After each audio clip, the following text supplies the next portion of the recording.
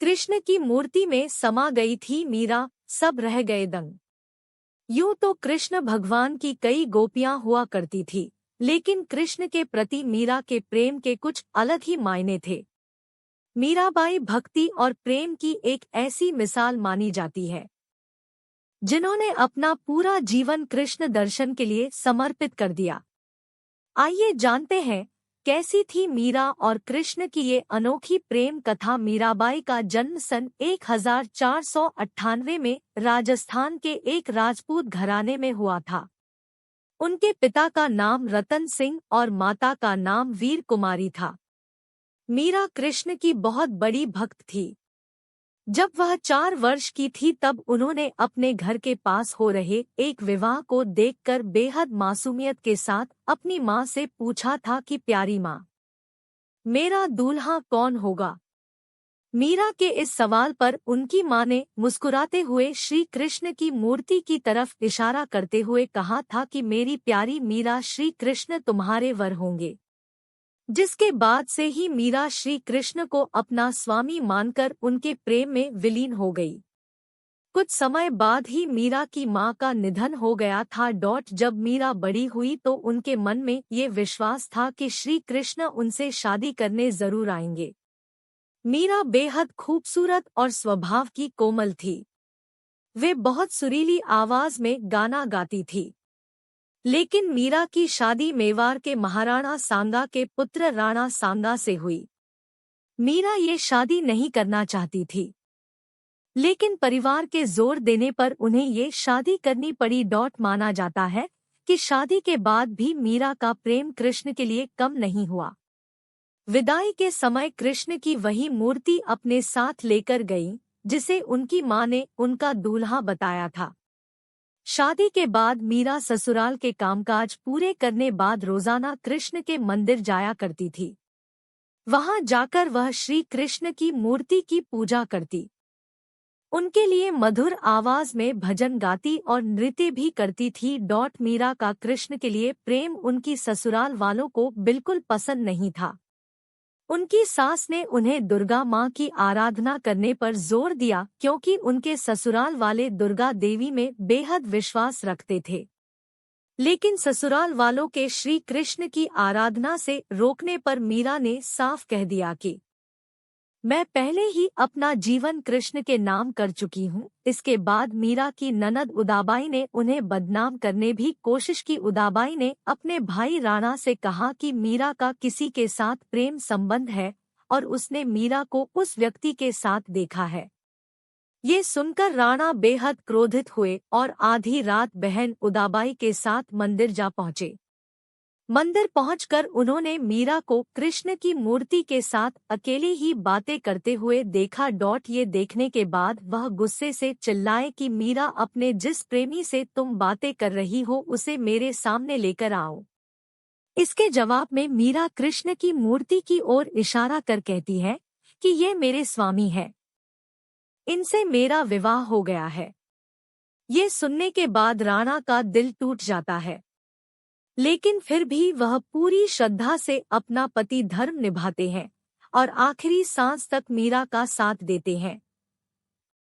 मीरा का देवर विक्रमादित्य चित्तौड़गढ़ के नए राजा के रूप में चुना गया था। उनको कृष्ण के प्रति मीरा की भक्ति और लोगों के साथ मीरा का मेल जोल पसंद नहीं था। उन्होंने मीरा को मारने के लिए फूलों के हार की एक टोकरी भेजी, जिसके अंदर जहरीला सांप था। मीरा ने जैसे ही टोकरी खोलकर देखा तो उसमें कृष्ण की एक खूबसूरत मूर्ति फूलों के हार के साथ पाई। इसके अलावा विक्रमादित्य ने मीरा को मारने के लिए प्रसाद में भी जहर मिलाकर भेजा। मीरा जानती थी कि उस प्रसाद में जहर है, फिर भी मीरा ने वो जहरीला प्रसाद ग्रहण कर लिया, क्योंकि उन्हें विश्वास था कि कृष्ण जी उनको जहर से बचा लेंगे। जब मीरा को मारने की कोशिशें हद से ज्यादा बढ़ गई तो मीरा ने तुलसीदास को एक खत लिखकर उनसे उनकी राय मांगी। तुलसीदास ने जवाब में लिखा कि उन्हें त्याग दो, जो तुम्हें नहीं समझ सकते हैं। भगवान के लिए प्रेम ही सच्चा प्रेम होता है। दूसरे रिश्ते झूठे और वक्ती होते हैं। मीरा का जीवन उस समय पूरी तरह बदल गया जब अकबर और तानसेन वेश बदलकर मीरा के गाने सुनने चित्तौड़गढ़ के मंदिर आ पहुँचे।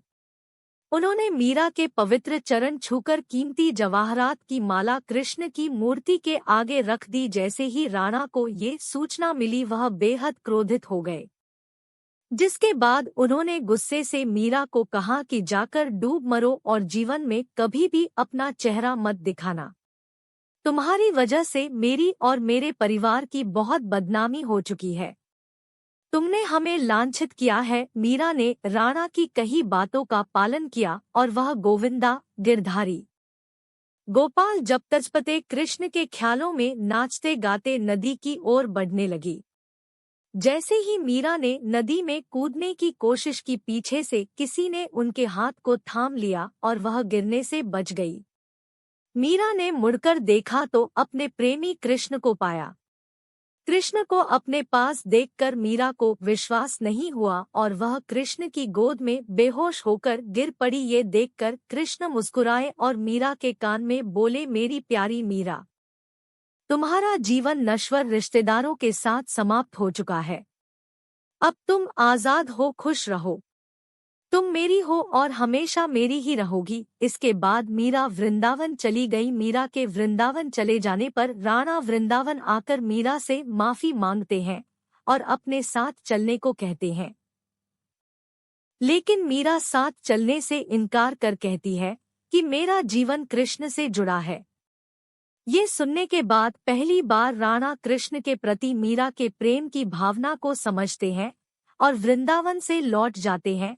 लेकिन कुछ समय बाद मीरा भी मेवाड़ लौट जाती है और अपने पति राणा से विनती करती है कि वह उन्हें कृष्ण के मंदिर में रहने की अनुमति दे। माना जाता है कि जन्माष्टमी के पर्व पर द्वारका में कृष्ण के मंदिर में मीरा कृष्ण से कहती है कि वो गिरधारी, क्या आप मुझे बुला रहे हैं?